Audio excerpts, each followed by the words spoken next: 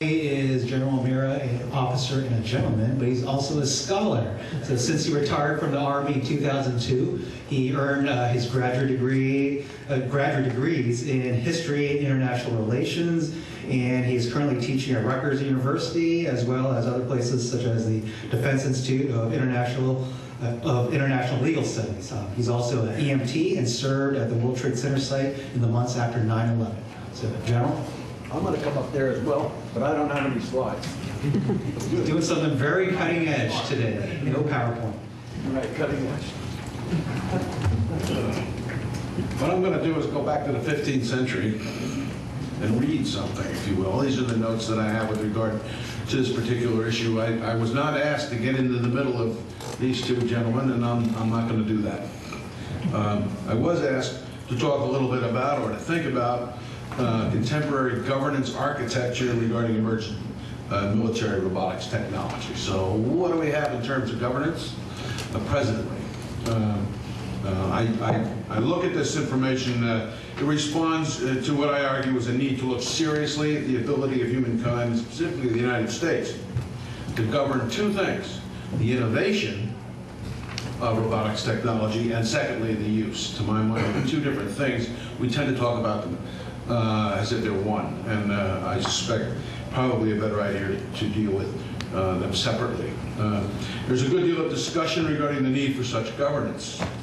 Dr. Singer, who we'll be hearing from later, notes in his book Wired for War, for example, that, quote, "Now we are creating something exciting and new, a technology that might just transform humans' roles in the world, perhaps even create a new species." Okay? Some of you might be familiar with Bill Joy's work with regard, and his clarion call with regard to these issues as well, looking out way into the future with regard to these technologies. Let me share it with you, if you will, if I can. Accustomed to living with almost routine scientific breakthroughs, we have yet to come to terms with the fact that the most compelling 21st century technologies, robotics, genetic engineering, and nanotechnology, pose a different threat than the technologies that have come before. Specifically, robotics, according to Joy, engineered organisms and nanobots share a dangerous amplifying factor: they can self-replicate. Each of these technologies also offers untold promise, of course. The vision of near immortality that Kurzweil seeks in his robot dreams drives us forward. Genetic engineering may provide treatments, if not outright cures, for most diseases, and nanotechnology and nanomedicine can address yet more ills. Together, they can significantly extend the average lifespan and improve the quality of our lives. Yet with each of these technologies, a sequence of small, individually sensible advances leads to an accumulation of great power and concomitantly great danger. The 21st century technologies are so powerful that they can spawn whole new classes of accidents and abuses. Most dangerously, for the first time, these accidents and abuses are widely within the reach of individuals and small groups. They will not require large facilities or rare raw materials. Knowledge alone will enable the use of them. Thus, we have the possibility not just of WMDs, but of knowledge-based and enabled mass destruction, KMD he calls it. This destructiveness hugely amplified by the power of self-replication. I think it is no exaggeration, this is his clarion call, I think it is no exaggeration to say that we are on the cusp of the future perfection of extreme evil. An evil whose possibility spreads well beyond that which WMDs bequeath to the nation states, on to a surprising and terrible empowerment of extreme individuals. My examination of the environment which spawns the technology informs me that it occurs in what Philip Scranton has called a culture of technological uncertainty. And those of you who are involved in the various bureaucracies, et cetera, that fund and think up these various technologies, this might resonate. A culture of technological uncertainty. Innovation comes from many places, is created for many reasons, and has many users. It appears to flourish best in the environment of competition. Much of it has been democratized. That is, it occurs outside of mainstream infrastructures, and it happens fast. Further, the military is hardly its biggest consumer. Innovation is capable of extremely attractive and worthwhile advances, and at present, innovation is one of the main characteristics of modern culture. It is multiplied, it has multiple intended and, more importantly, unintended consequences, many of which can be game changers, causing shifts so seismic that whole cultural systems can be challenged and transformed before we know what has happened. The culture of technological uncertainty permits little time for introspection, this is an important point, and denies the user the opportunity to identify and remedy faults or otherwise remediate unintended consequences. We create this stuff fairly fast and we begin to use it, and without fixing it, tinkering with it, etc. Finally, it is clear that technological innovation often occurs outside the regulatory umbrella of nation states. And so this is available to a lot of people, and a lot of different actors. And there are international combinations. And it's available to a whole host of actors with multiple agendas. Okay? The scope of contemporary technological innovation is both impressive and, to my mind, staggering. I'm not a scientist. Okay? Indeed, for the average consumer of these technologies, whether on the battlefield or in daily life, the general who orders the technology, the politician who pays for it, the user whose life is changed by it, even the Luddite who rails against it. These technologies are magic. They are incomprehensible in the manner of their creation, the details of their inner workings, the sheer minutiae of their possibilities. They are like the genie out of the bottle and clamoring to fulfill 3 wishes. Guess right, and the world is at your fingertips. Guess wrong, and there may well be catastrophe. And you have to guess quickly, for the genie is busy and has to move on. There are, of course, shamans who know the genie's rules, who created the genie, or at least discovered how to get it out of the bottle.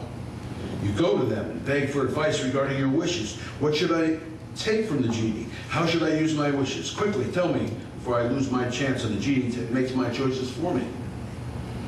And you find that the shaman is busy with new genies and new bottles and hasn't given your choices much thought at all.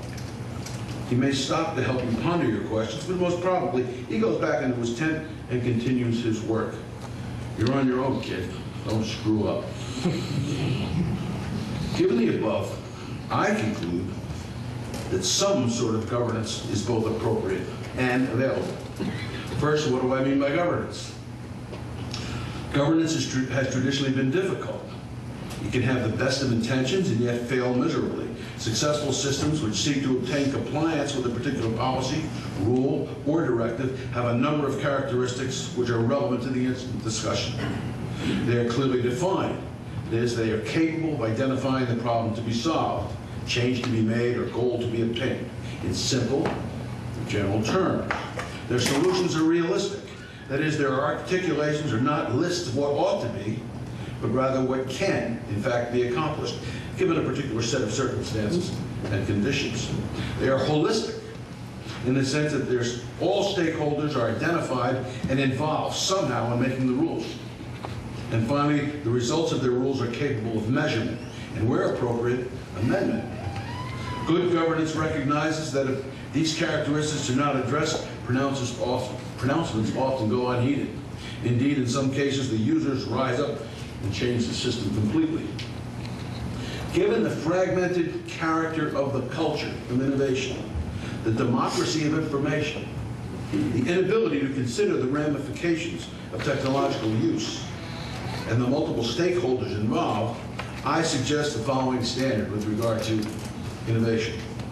The goal of technological innovation governance should be to ensure that all innovation is accomplished in a culture that respects the long-term effects of the work, considers as best as possible the ramifications of its actions, and ensures that future consumers are aware of those ramifications, perhaps post-design, well before application. And again, a payout to our capitalists amongst us without putting too heavy a hand on the creative and competitive energies that created the technology in the first place. I further suggest that there are 2 levels at which governance needs to be considered. First, at the innovation level. Are there innovations which simply should not be considered? And second, at the use level, how should new robotics technologies be used on the battlefield? So the second question, primary question, I suppose, is what architecture is indeed available with regard to governance?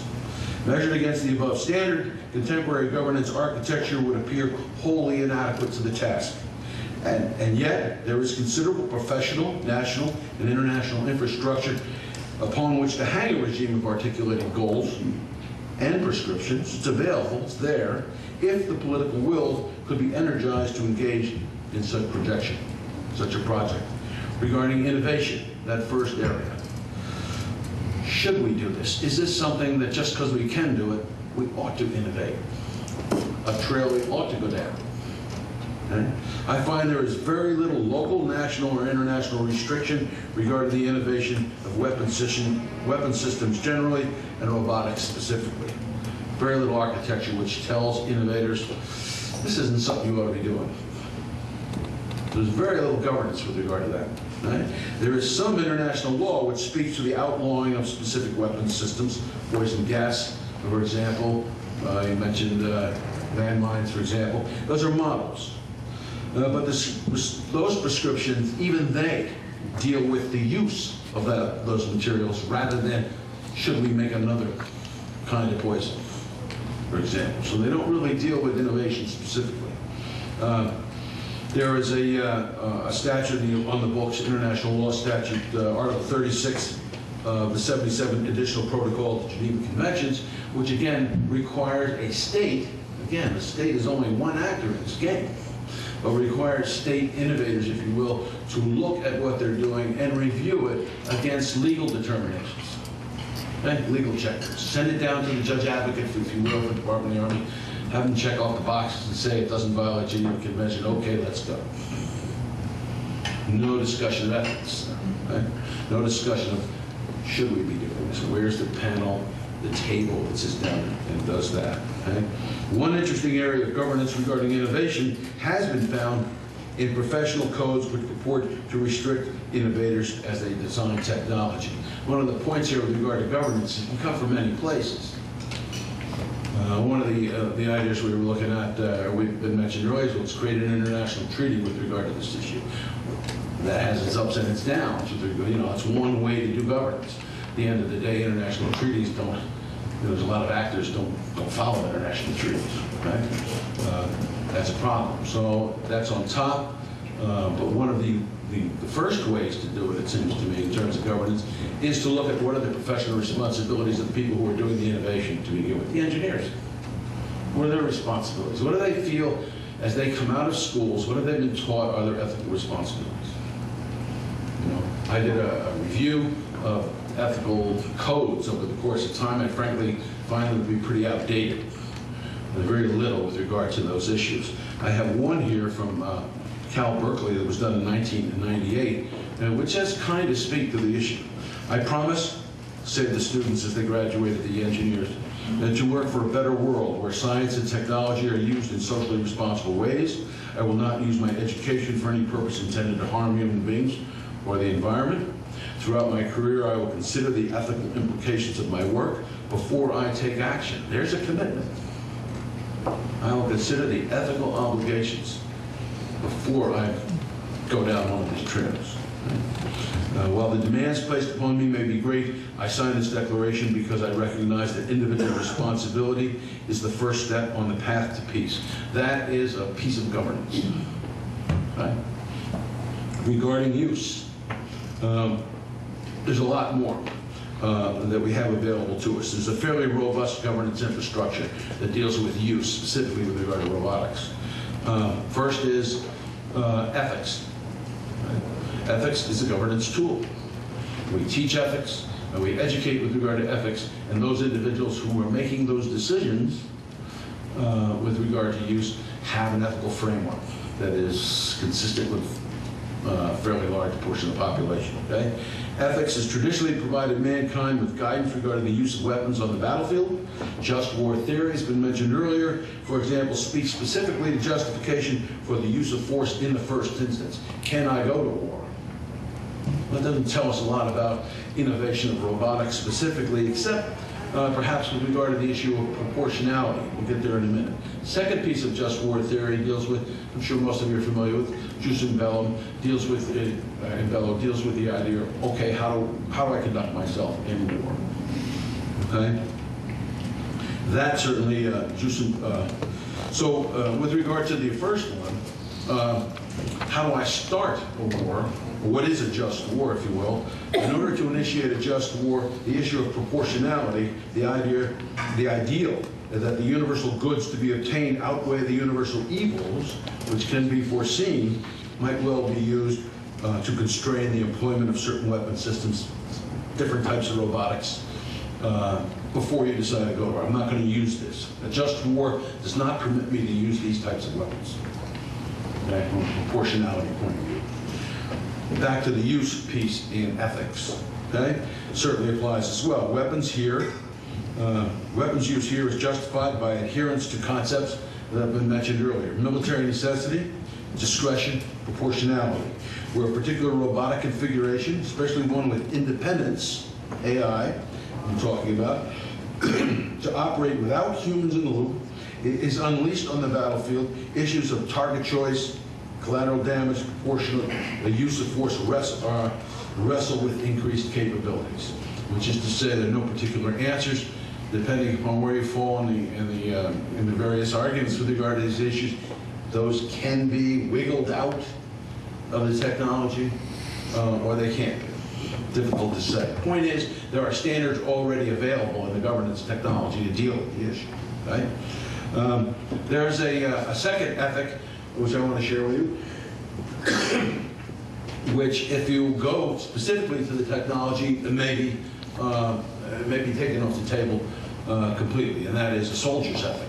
Okay? Or we'll call it the warrior's ethic. Okay? At least for the foreseeable future, a soldier is a human being, one who enters the profession with values and ethics learned at his mother's knee during his formative years in civil society and a sense of other moral systems, such as religious beliefs, etc. He is also capable of exhibiting what are generally accepted psychological traits of human beings, including fear, love, anger, rage, guilt, mercy, hope, faith, generosity, courage, shame, cowardice. The warrior has traditionally been enhanced by training and technology to accomplish the military function, in which, according to Samuel Huntington, is performed, quote, by a public, bureaucratized, professional expert in the management of violence and responsible for the military security of the state. He is also a volunteer, or at least has agreed in one form or another to enter a special class of citizens, prepared to project force on behalf of the state, and committed to the knowledge that he may be targeted by others as a result of that commitment. Consistent with the past, the modern warrior respects actions of his peers which reflect valor, loyalty, and adherence to the military ethic, even under the most dire of circumstances, because he is a realist and assumes human weakness and frailty. Indeed, trains his whole life to overcome these characteristics in himself. Actions which reflect these values provide honor, a much sought-after commodity. This ethic, it would appear, has two functions, which are especially important given the environment he works in. The ethic helps him differentiate between the killing he is required to do and simple murder. He is constrained to project force only in certain restricted situations. If he complies, despite the circumstances, he is deemed honorable. Otherwise, he is a thug, a base murderer, a rapist, etc. The ethic, therefore, provides constraint. It is a governance tool. Second, it can help him justify the force he has used, which provide a useful psychological benefit, contributes to morale and personal adherence to regulation. The warrior is a representative of the state for which he fights. The system of these constraints inures not only to him personally and the community in which he serves, but to the state itself, and one might argue all of mankind, as a system of constraints. So we have an ethical framework that's available for purposes of governance with regard to not so much innovation, but certainly with regard to use of robotics. Okay? A second area that we look for governance tools, the most obvious one is international law. What does international law do for us? Something different in ethics ethics speak to that issue of deliberation, which I wrote down.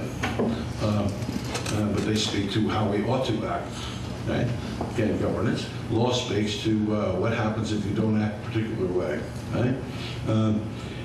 Law has been fairly robust with regard to use. Many of you are familiar with this. Law has adopted the logic of jus in bello to a large extent and prescribes the manner in which force is to be projected on the battlefield.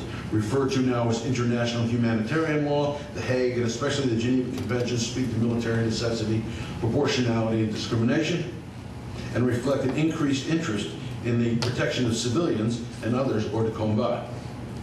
This is especially relevant because most wars are fought in and amongst civilians against irregular forces. International law increasingly has teeth as well. That is, enforcement mechanisms such as international criminal courts to try offenders of at least grave breaches. Robotics have found their way onto the battlefields in Iraq and Afghanistan, obviously, and the international legal community is wrestling with the employment of armed robotics in these environments. These tools, however, can be available in terms of governance. God knows we spend a good deal of time, the Air Force I know does, specifically concerning themselves with targeting issues with regard to the UAV secession. Okay? International law also speaks to the issue of command responsibility, another governance tool. Right? Command responsibility, which makes the employment of weaponry, especially robotics, the subject of domestic as well as international litigation. The concept of universal jurisdiction permits the indictment in any court, in any nation state, of commanders who employ weapons which have foreseeable consequences which are in violation of international humanitarian law. So that if indeed a commander decides that a particular weapon can be used in a particular environment and he knows, or it is foreseeable, that there is going to be a good deal of collateral damage, well, he's liable to wind up indicted in Germany, Spain, and a number of other countries at this point. That's a trend that's going to continue. Nothing's happened with regard to it yet, but we're going there in international law. That's something commanders need to think about. Right? Decisions regarding military robotics innovation. Who orders the technology, who pays for the technology, and the uses to which the technology will be put are presently made in a decentralized and competitive environment which fosters innovation, but also contributes to an inherent instability in the decision-making process. Governance architecture does exist, but it is haphazard in its articulation, institutionalization, and enforcement, leaving spaces where the conflicting agendas of multiple stakeholders have free sway. The creation of a coherent system of governance is possible, but only if all stakeholders are convinced of its need and the goals for which it is created. A coherent system of governance regarding these technologies will permit us to make rational choices, I submit, not only about who we can be, but who we want to be. Okay, thank you.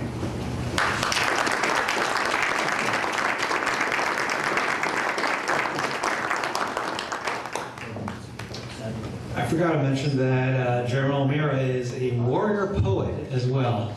So thank you very much. So I think we have a few minutes left for Q&A. If anyone, given that background discussion, I'd like to kick it off with the first question.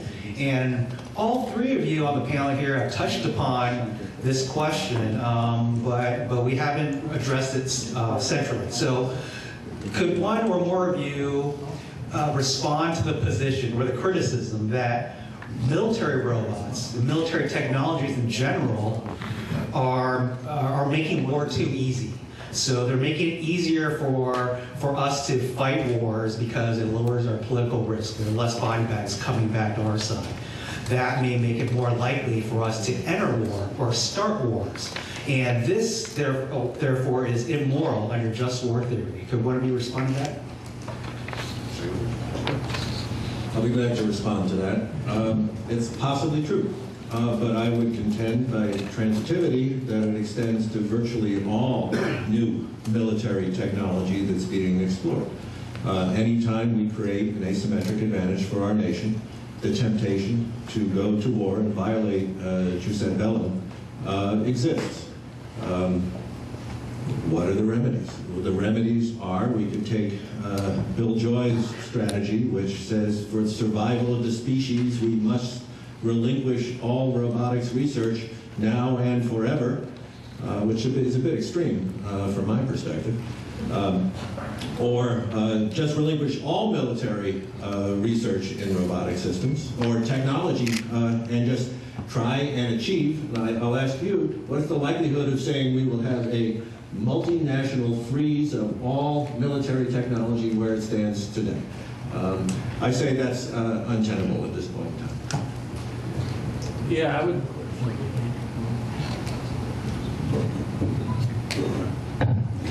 Yeah, I've written that argument before myself, but I would also take it one step further to say that specifically these kinds of technologies that reduce risk and casualties are actually focus more, or they benefit more those who would want to violate just a balance. So it's not just that we would want to go to war, because there's also cases of, say, humanitarian law, where we want to intervene in a situation where it's a third-party country, and so we don't have a direct stake in it. So why are we going to risk our lives to help another nation? So in that case, these are beneficial technologies because they're more likely to support a war in which we're intervening on the side of justice. But I think there's the other, on the balance, they probably affect more the cases in which you're going to war for unjust reasons, or nations are debating whether to go to war for unjust reasons. And they also affect more countries in which there's a democratic populace that has some influence on the decision-making about whether a nation goes to war or not. So there's a lot of complexity there. That argument has already come up a whole lot. It seems to be the dialogue, we're all familiar with it, with regard to just by creating a modern force, a modern volunteer force, over the last 30, 40 years, is it now easier to go to war than in days of conscription draft, right? I was a draftee at one point, I remember the problem. But I'm also reminded of a Star Trek episode that's in the literature someplace. Some of you may have seen it. James Kirk goes to some planet someplace, and they say, well, we've been at war. We've been at war for 500 years. What's been going on? Well, this is what we do. We're very rational people here. We're just people. We're rational. And what do you do? Well, what we do is we have the computers work it out. They have a battle. And when it's over, we decide who won the battle. There's 300 people assessed over here, 700 people assessed over here in terms of who died, according to the model. And then we go back to our civilizations, and we round up 300 people and we kill them. No collateral damage. I mean, I've been thinking about that for 6 months. That is some strange stuff. The Enlightenment is highly overrated. I think there's a question in the back. Can I follow up on this very point, because I think it's a critical one. Is there any data that shows that less risk invites more war? I think most of the data is on the other side, that we haven't intervened in places because of risk. In other words, if we could have intervened in Rwanda and stopped that at zero risk to people, for the very reasons Professor Zara, I think that there are more instances like that. But I'd be interested to know, is there any data in any analysis in the literature, or are we all just reacting in gut reaction that, well, I guess it would be easier to go to war? Because I don't think that when you look back through the history of warfare, you find that. Based on technology. I'm not aware of any such literature, and if a significant asymmetric advantage exists, the likelihood of suing for a negotiated peace prior to entry into war also could occur. If you've got a big guy carrying a big stick, there's the likelihood that you may get your way, or justice will be done to rephrase it in just war theory. Things may occur without the actual shedding of blood. I guess it's not an empirical analysis, but a logical analysis of that might be, though, that I think all, say, elective wars are entered into with the belief that you're going to win. I don't know that anybody would elect to go to war. It's unjust if you don't, right? The gentleman in the front and then the gentleman in the back. Yeah, I want to compress on this for a second because it seems to me we are talking about two things. We're talking about technology, we're talking about war. We're assuming one is dynamic, technology is changing. We're assuming, it seems in this discussion, that war is static. And that we think about war as the same whether we're talking about Napoleon or we're talking about Barack Obama. And I would argue the problem is that both these things are dynamic. What we mean about war now is very different. If you're talking about state-on-state war, then what you're saying here may have great relevance, how political leaders think about conflict. But really, we're actually not talking about state-on-state war much anymore. We're talking about non-state actors going to war against either states or other non-state actors. We're talking about terrorists. I mean, and Rupert Smith, a very interesting book on the future of war, talks about now, instead of war between the peoples, we're talking about war among the people. So isn't it, as we talk this through, don't we also have to differentiate how we define war as we're wrestling with how we define the technologies that we use in war? Right, and I was remiss in not stating that this is, the work that I propose is not for counterinsurgency operations. It's for interstate, well, the war after next is what I'm referring to. You can imagine potential actors, the military frequently does, that you might have interstate conflicts with in the future. These are for scenarios following the strict laws of war where you would leaflet or suitably inform civilian populations to evacuate with some success, not full success.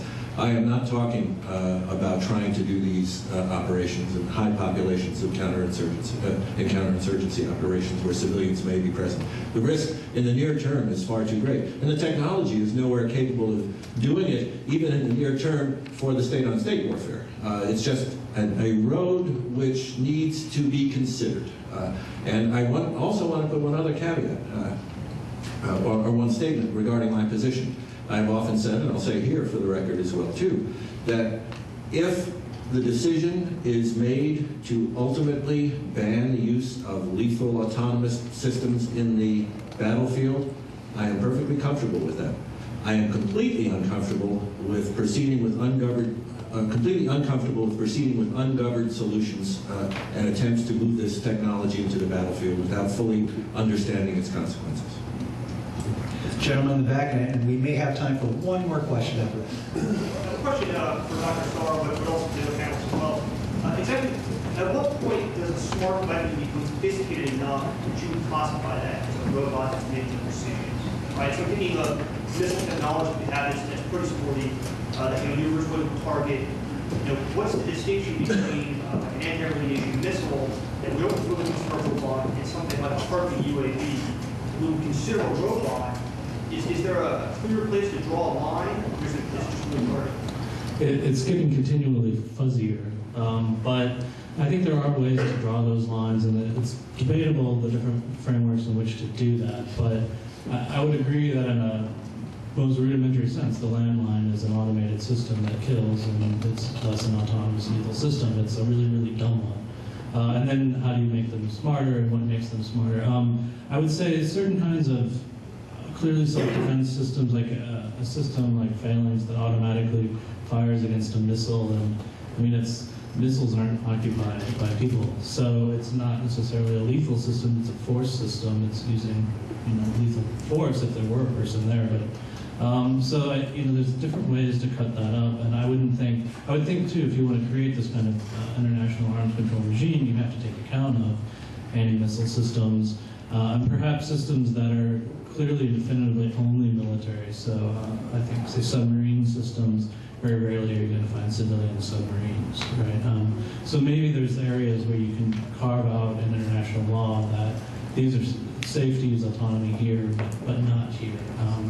But how well that works is a big discussion that's yet to happen.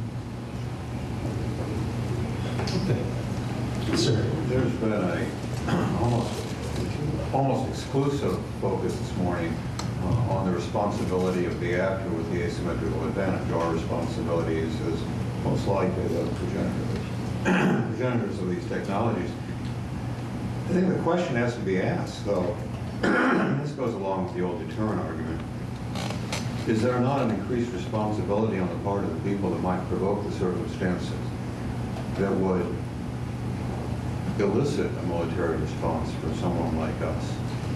If before you were a third-rate dictator who thought you could push us a little bit further diplomatically because we were reluctant to use weapons that would be deemed out of proportion, but if we have an asymmetrical advantage in terms of autonomous robots that makes it more certain that you are going to incur negative consequences at home for a far more minimal provocation, it seems to me politically their moral responsibility is heightened because of the asymmetry of the advantage.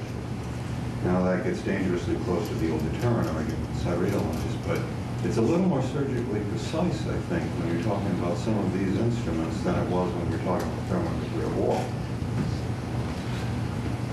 I can speak briefly to that, unless you would like to. No. Okay. It's a very difficult question, the JUSEC element issues as well, too. But I think this will be one that will occur throughout the next 2 days. We'll hear it for enhanced warfighters as well, too. We'll hear the temptation to use non-lethal weapons much, much more frequently because they don't kill people, so they will be used on the spur of the moment or at higher levels. To me, it's a question that is an important one. We don't really understand exactly what the full consequences are because they haven't been explored, and history only tells us so much for the reasons that were stated earlier because the situation is constantly changing. But it is something that we have to worry about and make a decision through governance. And from my perspective, I worry about the robotics end because that's the technology that I deal with. And I feel that and the other question we're often asked related to that, suppose we have force on force with equal capabilities, and one of those is potentially restrained with an ethical system or it fights to the laws of war, and the other one doesn't, that gives it a technological superiority. What's the temptation to turn that off under those particular circumstances and fight unethically? Would that occur? Could that occur? Those are the sorts of things that are open questions. And I will also say, one other thing that I always say at these talks is that equally important, if not more important, than the actual research that I just reported on, is the discussion of these issues, just as you brought up, that this engenders, so that we can, as a community and as a world community, consider the potential ramifications of this technology. I don't have all the answers. I have given many serious thought, and I am not being prescriptive. I don't think any of it, well, maybe you are. But I'm being prescriptive as to what the right answer is for this. Can I just respond briefly to the strategic deterrence part of that question, which I think the robots really are a very profound transformation from the kind of strategic deterrence we've thought about in nuclear deterrence, where if you use nuclear weapons, you devastate an entire area, and you don't control it in a very specific way, which is what robots at least promise to be capable of, this very precise targeting of specific individuals even, or control of territory from a distance, things like that. So both because of the reasons you discussed, but the other flip side of those reasons, that you could actually then project force without devastating the areas you're projecting it into. I think this is really going to transform our whole framework for thinking about deterrence in the long run. The same argument for precision-guided munitions, for example, as well, too. Does that lead us more likely to engage in sets of circumstances that we wouldn't have engaged in otherwise? I don't know the answer to that. As a deterrent. I know there are other questions, and I apologize, we are out of time. Tomorrow there will be another speaker, Peter Singer, who's going to be continuing this discussion. So I encourage you to catch the panelists at the lunch or at the break, and please join me in giving them a round of hand for their